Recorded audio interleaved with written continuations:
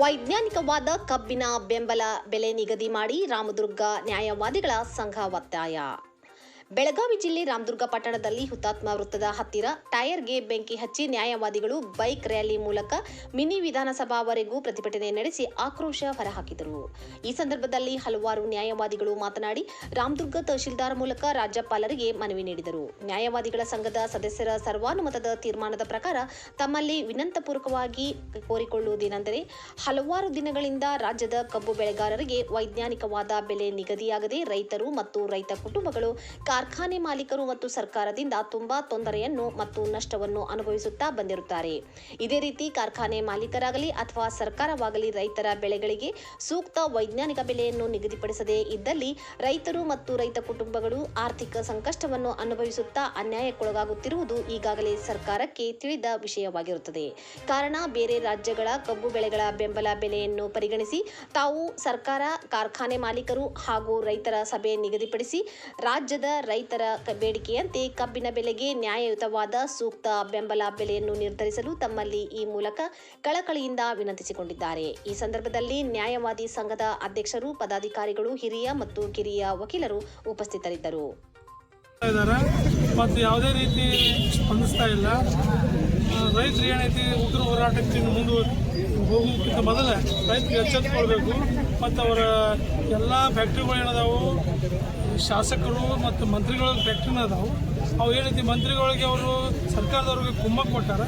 ಅದಕ್ಕೆ ಎಲ್ಲಿ ಮಠ ಸರ್ಕಾರದವರು ಈ ಫ್ಯಾಕ್ಟ್ರಿ ಅವ್ರಿಗೆ ಕರೆದ ಹೇಳಿಲ್ಲ ಅಂತಂದ್ರೆ ಅಲ್ಲಿ ಮಠ ಇದು ಹೋರಾಟ ಆಗೋದು ಮತ್ತು ಉಗ್ರ ಹೋರಾಟ ಆಗೋದು. ಮತ್ತು ರೈತರ ಬೆಂಬಲ ರೈತರ ನಿಗದಿಪಡಿಸಲಿಲ್ಲ ಅಂತಂದ್ರೆ ಇನ್ನು ನಾವು ಕಾನೂನಾತ್ಮಕ ಹೋರಾಟ ಮಾಡ್ತೀವಿ.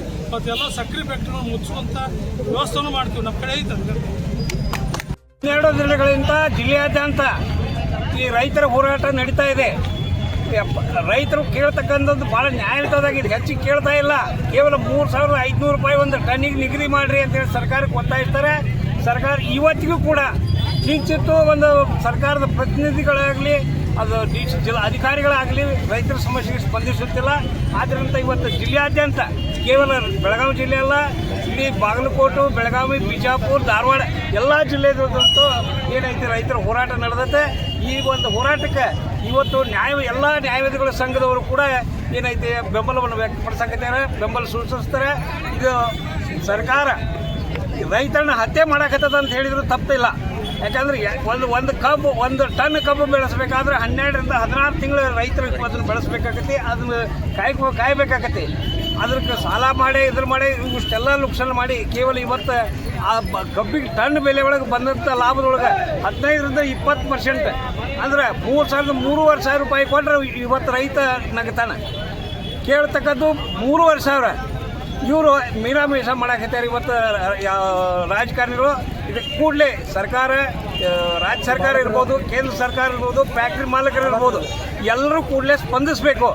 ಇಲ್ಲ ಅಂತಂದ್ರೆ ಇದು ಇನ್ನೂ ಒಂದು ಹೋರಾಟ ಉಗ್ರ ಆಗತ್ತೆ ಅಂತ ನಾನು ಈ ಮುಖಾಂತರ ಹೇಳ್ತೇನೆ. ಈ ನ್ಯಾಯವಾದಿಗಳ ಸಂಘದ ಕಚೇರಿಯಲ್ಲಿ ಎಲ್ಲ ಸದಸ್ಯರು ನಾವು ರೈತರಿಗೆ ಬೆಂಬಲ ಕೋರಬೇಕು. ಅವರಿಗೆ ಮಾನಸಿಕವಾಗಿ ಮತ್ತು ಕಾನೂನಾತ್ಮಕವಾಗಿ ಯಾವ ರೀತಿ ಬೆಂಬಲ ಬೆಲೆ ಸಲುವಾಗಿ ಹೋರಾಟ ಮಾಡಬೇಕು ಅನ್ನೋದ್ರ ಬಗ್ಗೆ ಸರ್ವಾನುಮತದಿಂದ ಎಲ್ಲರೂ ಚರ್ಚಿಸಿ ಒಂದು ತೀರ್ಮಾನ ತಗೊಂಡು ಇವತ್ತು ಅವರಿಗೆ ಪಾದಯಾತ್ರೆ ಮುಖಾಂತರ ತಹಶೀಲ್ದಾರ್ ಕಚೇರಿಗೆ ಬಂದು ಅಲ್ಲಿದ್ದ ತಹಶೀಲ್ದಾರ್ಗೆ ರಾಜ್ಯಪಾಲರಿಗೆ ಮನವಿ ಸಲ್ಲಿಸಬೇಕು. ತಹಶೀಲ್ದಾರ್ ಮೂಲಕನೂ ವಿಚಾರದಿಂದ ತೀರ್ಮಾನ ಮಾಡಿಕೊಂಡು ನಾವು ಕಚೇರಿಗಳ ಕಲಾಪಗಳಿಂದ ದೂರ ಉಳಿದು ರೈತರಿಗೆ ಅನ್ಯಾಯ ಆಗದಂತೆ ನಾವು ಅವ್ರ ಜೊತೆಗೆ ಇದ್ದೀವಿ ಅಂತ ತಿಳ್ಕೊಂಡು ತೋರಿಸ್ಬೇಕು ಅನ್ನೋ ಉದ್ದೇಶದಿಂದ ಅವರಿಗೆ ಮಾನಸಿಕವಾಗಿ ಮತ್ತು ಕಾನೂನಾತ್ಮಕವಾಗಿ ಹೋರಾಟ ಮಾಡಬೇಕು ಅನ್ನೋ ಉದ್ದೇಶದಿಂದ ಇವತ್ತು ನಾವು ಇಲ್ಲಿ ಬಂದಿದ್ದೀವಿ.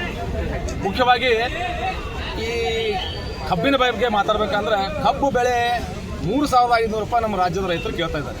ಬೇರೆ ಬೇರೆ ರಾಜ್ಯಗಳಲ್ಲಿ, ಇಲ್ಲೇ ಪಕ್ಕದ ಮಹಾರಾಷ್ಟ್ರ ರಾಜ್ಯದಲ್ಲಿ ಅಥವಾ ಗುಜರಾತ್ ಆಗಲಿ ಅಥವಾ ಆಂಧ್ರ ಪ್ರದೇಶ ಆಗಲಿ, ಅಲ್ಲಿ ಕಬ್ಬಿನ ಬೆಲೆ ಏನಿದೆ ಅಥವಾ ಕಬ್ಬಿಗೆ ನೈತಿಕ ಬೆಲೆ ಸೂಕ್ತ ಬೆಲೆ ತೀರ್ಮಾನ ಕೈಗೊಂಡಿದ್ದಾರೆ ಅಲ್ಲಿ ಸರ್ಕಾರಗಳು ಅನ್ನೋದನ್ನು ಸಹಿತವಾಗಿ ನಮ್ಮ ರಾಜ್ಯ ಸರ್ಕಾರ ಅದನ್ನು ಗಮನಿಸ್ತಾ ಇಲ್ಲ.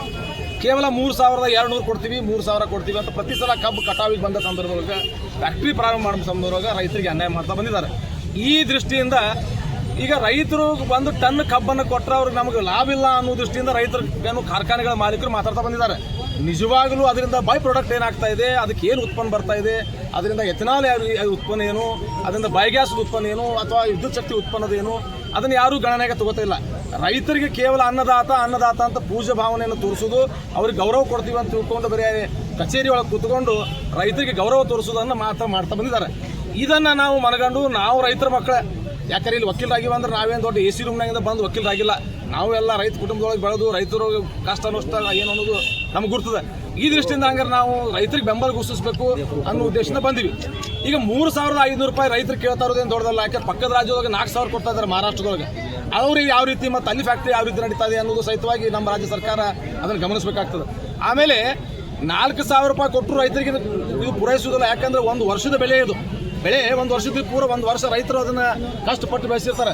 ಕೊನೆಗೆ ಕಟಾವು ಮಾಡೋ ಸಂದರ್ಭವಾಗಿ ಇನ್ನೊಂದು ತೊಂದರೆ, ಕಾರ್ಖಾನೆಗಳಿಂದ ಕಟಾವು ಮಾಡ್ತಕ್ಕಂಥ ರೈತರಿಂದ ನಮಗೆ ಏನು ಲಗಾಣಿ ಕೊಡ್ರಿ ಅಂತ ತಿಳ್ಕೊಂಡು ಇದನ್ನೂ ಸಹಿತವಾಗಿ ಸರಿಪಡಿಸ್ಬೇಕು. ಯಾಕಂದ್ರೆ ನೀವು ಪ್ರತಿಯೊಂದು ಹೊಲಕ್ಕೂ ಲಗಾಣಿ ಕೊಟ್ಟು ರೈತ ಕಬ್ಬು ಕಟಾವು ಮಾಡಿ ಫ್ಯಾಕ್ಟ್ರಿ ಕಳಿಸಿದ ಅಂತಂದ್ರೆ ಅವ್ನಿಗೆ ಎಷ್ಟು ನುಕ್ಸಾನ ಆಗ್ತದೆ ಅನ್ನೋ ಸಹಿತ ರಾಜ್ಯ ಸರ್ಕಾರ ಆಗಲಿ ಅಥವಾ ಫ್ಯಾಕ್ಟ್ರಿಗಳ ಮಾಲೀಕರಾಗಲಿ ಇದನ್ನು ಗಮನಿಸಬೇಕು ಅನ್ನೋದು ಇಲ್ಲಿ ಅತ್ಯಂತ ಮುಖ್ಯವಾದ ವಿಚಾರ. ಈಗ ನಮ್ಮ ರೈತರು ನಾವು ಅನ್ಯಾಯ ನಮ್ಮನ್ನು ನಾವು ಸುತ್ಕೋತಾ ಇದೀವಿ ರೈತರು. ಯಾಕಂದ್ರೆ ನಮ್ಮ ಹೊಲದೊಳಗೆ ಈಗ ನಾವು 2,000 ರೂಪಾಯಿ ಕೊಟ್ಟು ಲಗಾಣಿ ಕೊಟ್ಟು ಕಬ್ಬು ಕಟ್ಟಿಸ್ತೀವಿ. ನಮ್ಮ ಬಾಜು ಪಕ್ಕದ ಮನೆ ನಮ್ಮ ರೈತ ಏನು ಮಾಡ್ತಾನೆ, ಅವ್ನು 2,000 ಕೊಟ್ಟಾನಂದ್ರೆ ನಾನು 2,200 ಕೊಡ್ತೀನಿ ಬಾ ಮರ್ದಂತಾನೆ. ಇದನ್ನು ಸಹಿತವಾಗಿ ತಪ್ಪು ತಿಳ್ಕೊಬಾರ್ದಿಲ್ಲ. ನಾವು ರೈತರು ನಮ್ಮನ್ನು ನಾವು ಸುಟ್ಕೊಳ್ಳೋ ಬದಲಿ ನಾವು ರೈತರೆಲ್ಲ ಒಂದಾಗಿ ಲಗಾನಿ ಕೊಡೋದನ್ನ ನಮ್ಮ ಕಬ್ಬು ಫ್ಯಾಕ್ಟ್ರಿಗೆ ಹೋಗಬೇಕು, ನಮಗೆ 3,500ಕ್ಕಿಂತ ಹೆಚ್ಚಿನ ಬೆಂಬಲ ಬೆಲೆ ಸಿಗಬೇಕು ಅನ್ನೋದು ನಮ್ಮ ಮುಖ್ಯ ಹೋರಾಟ ಅದ. ಅದಕ್ಕೆ ದಯಮಾಡಿ ನಾವು ಎಲ್ಲ ಸಂಘದ ಸದಸ್ಯರು ಹೆಣ್ಣು ಮತ್ತು ವಕೀಲರು ಸಹಿತ ಬಂದಿದ್ದಾರೆ, ಹಿರಿಯ ವಕೀಲರು ಬಂದಿದ್ದಾರೆ, ಕಿರಿಯ ವಕೀಲರು ಬಂದಿದ್ದಾರೆ. ನಮ್ದೆಲ್ಲ ಹೋರಾಟ ಏನಂತಂದ್ರೆ ರೈತರಿಗೆ ಬೆಂಬಲ ಸಿಗುವವರೆಗೆ ಹೋರಾಟ. ಇವತ್ತು ವಕೀಲರು ಬೀದಿಗೆ ಬಂದರು, ಒಂದು ದಿವಸ ಕೋರ್ಟಿಂದ ಹೊರಗೆ ಉಳಿದ್ರು ಅಂತ ದಯಮಾಡಿ ಅನ್ಯಥಾ ಯಾರು ಭಾವಿಸಬಾರ್ದು. ನಾವು ರೈತರ ಜೊತೆಗೆ ಕಾನೂನಾತ್ಮಕ ಹೋರಾಟ ಮಾಡಲಿಕ್ಕೆ ಸದಾ ಸರ್ವಸಿದ್ಧಿ ಇದ್ದೀವಿ. ಅವ್ರ ರೈತರಿಗೆ ಏನೋ ತೊಂದರೆ ಆದರೂ ಸಹಿತವಾಗಿ ನಾವು ವಕೀಲರೆಲ್ಲನೂ ಸ್ಪಂದಿಸ್ತೀವಿ ಅಂತ ತಿಳ್ಕೊಂಡು ನಮ್ಮ ಸಂಘದ ವತಿಯಿಂದ ಇವತ್ತು ನಾ ಇಲ್ಲಿ ಮಾತು ಕೊಡ್ಲಿಕ್ಕೆ ಬಯಸ್ತೀನಿ.